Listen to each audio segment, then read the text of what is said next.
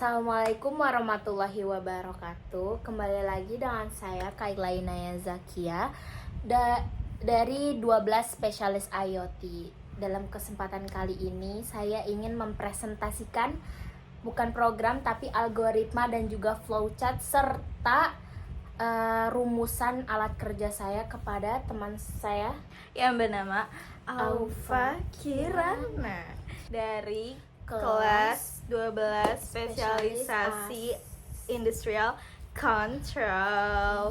Yes. We're back again. We're back. Apa tuh? Today kita akan membahas tentang algoritma dan flowchart nih. Yes. Temanya itu jadi kita kayak ngebuat alat yang bisa dipergunakan untuk yang berguna lah gitu. Di sini aku tuh Berguna untuk apa? Berguna untuk kehidupan sehari-hari. Gitu. Jadi di sini aku itu milih tempat sampah pintar. Karena tuh orang tuh males ngasih buang sampah Yes, kan benar ya. Kadang sekali. karena sampai numpuk bau gitu kan. Jadi Nyamuk. iya sih DBD. Jadi itu tujuannya ya kenapa dibuat tempat sampah pintar ini. Kita lanjut ke algoritmanya.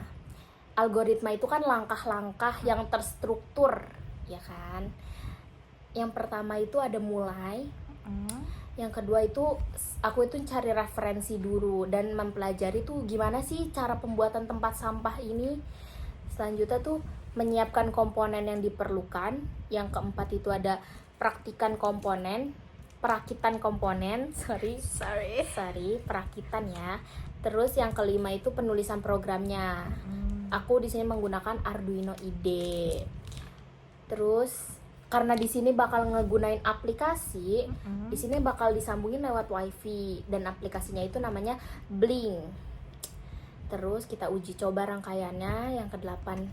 Terus setelah udah bisa kita pasang ke tempat sampah dan selesai. Lanjut ya ke flowchartnya. Tadi mulai di start ini menggunakan simbol terminator untuk memulai. Ini kan digunakan untuk memulai dan mengakhiri programnya. Flowchart maaf. Selanjutnya ada di simbol data untuk input. Input itu berupa komponen-komponen yang kita gunain. Yang pertama itu gunain sensor ultrasonik. Aku gunain dua sensor ultrasonik. Fungsinya nanti aku jelasin. Selanjutnya ada servo, ada ISP, modul ESP32, ada jumper, terus kabel micro USB dan juga project board. Di bagian prosesnya yang pertama ngerakit rangkaian dulu. Ngerakit rangkaian tempat sampahnya. Terus lanjut ke programnya.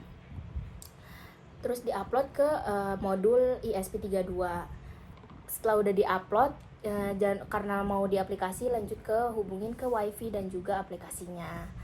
Di sini kalau sensor berhasil mendeteksi jarak dan juga mendeteksi sampahnya, berarti kita tinggal masang ke tempat sampahnya gitu. Dan kalau nggak berhasil, kita cek lagi di bagian perangkaiannya dan juga programnya. Karena bisa jadi dia tidak menyala ya. Benar, dari dua-dua itu ya, takutnya ada yang salah. Selanjutnya itu rumusan atau cara kerja tempat sampah pintar ini.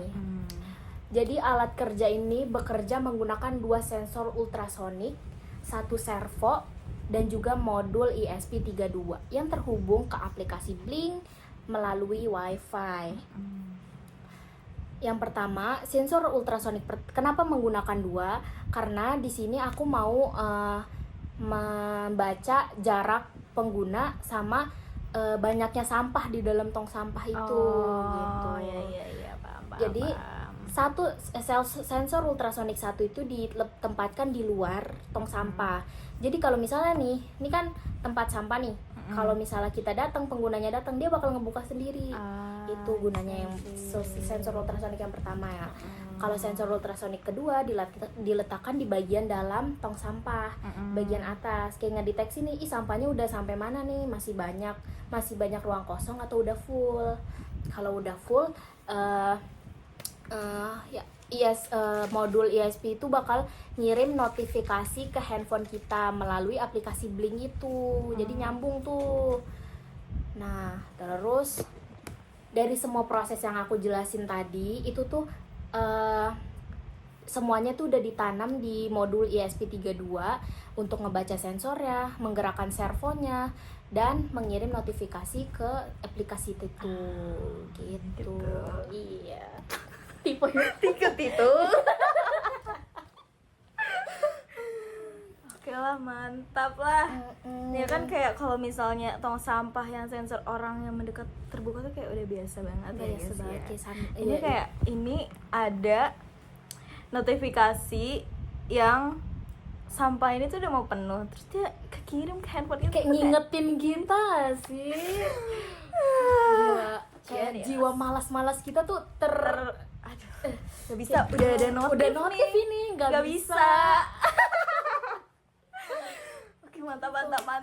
Udah nggak ada sih, ini udah keren banget. Terima kasih banyak atas apresiasinya. Yes, of course. Oh my god. Mungkin cukup sekian yang bisa saya jelaskan kepada Anda. Kurang lebihnya kami mohon maaf. Wassalamualaikum warahmatullahi wabarakatuh.